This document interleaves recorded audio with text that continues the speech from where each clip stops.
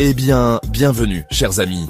Aujourd'hui, nous allons plonger dans le miroir des ancêtres, un voyage fascinant à travers le temps et la mémoire collective.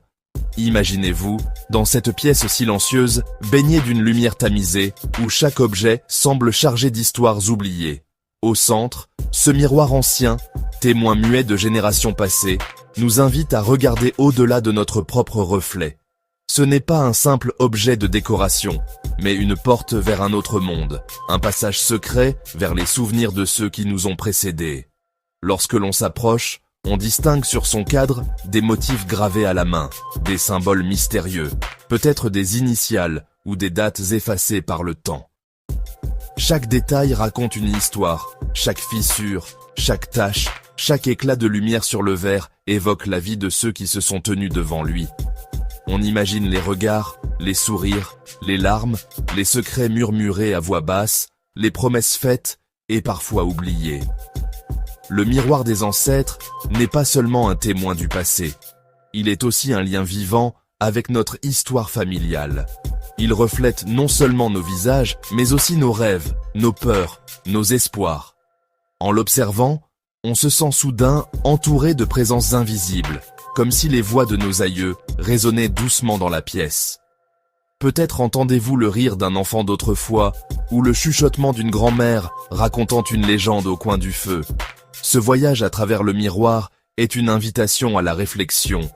Qui étions-nous? Qui sommes-nous devenus?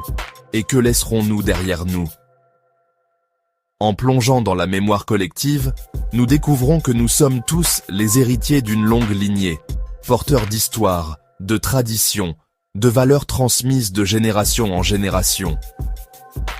Le miroir nous rappelle que le passé n'est jamais vraiment loin.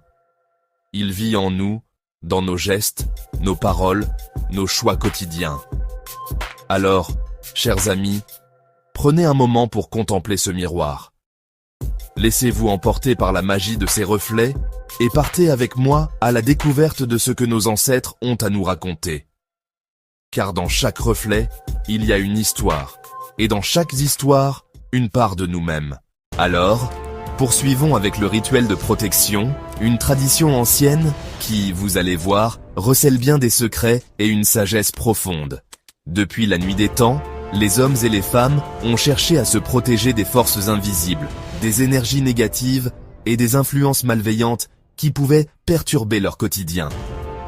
Le rituel de protection, transmis de génération en génération, est bien plus qu'un simple geste symbolique. Il s'agit d'un véritable acte de foi, un moment où l'on se relie à la fois à soi-même, à la nature et à l'univers tout entier.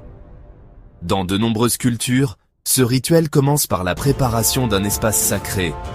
On éteint les lumières, on allume des bougies, et l'on purifie l'air avec de l'encens ou des herbes aromatiques comme la sauge ou le romarin.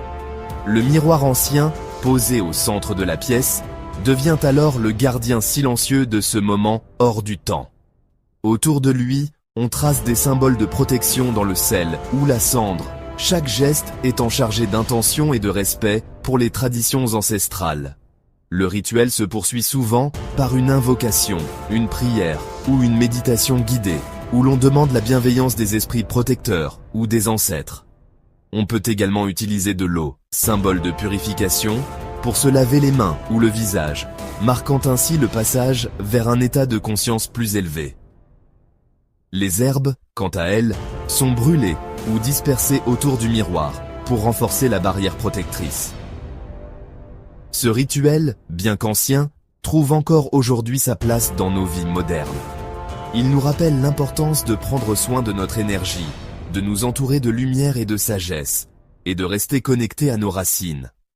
Ainsi, le rituel de protection n'est pas seulement un héritage du passé, mais une pratique vivante, porteuse